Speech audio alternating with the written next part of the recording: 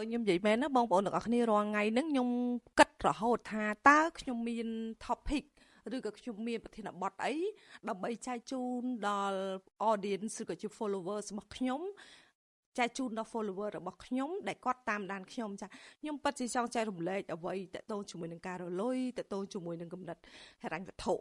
តកតងជាមួយនឹងការរស់នៅក៏ដូចជាពិសេសគឺស្ត្រីតែម្ដងខ្ញុំចង់ជួយឲ្យបងស្ត្រីទាំងអស់គាត់អាចរកចំណូលបានទាំងដែលគាត់នៅផ្ទះគាត់មិនបាច់ចាំទៅធ្វើការឬក៏គាត់មិនបាច់ចាំ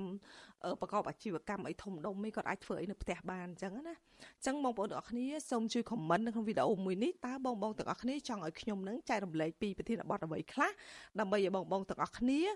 គិតថាមានប្រយោជន៍ហើយអាចយកទៅអនុវត្តបាន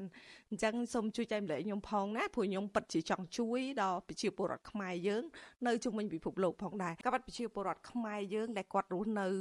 ក្រៅប្រទេសគាត់មានគំនិតច្រើននៅក្នុងការរលួយចាប៉ុន្តែនៅស្រុកខ្មែរយើងភាគច្រើន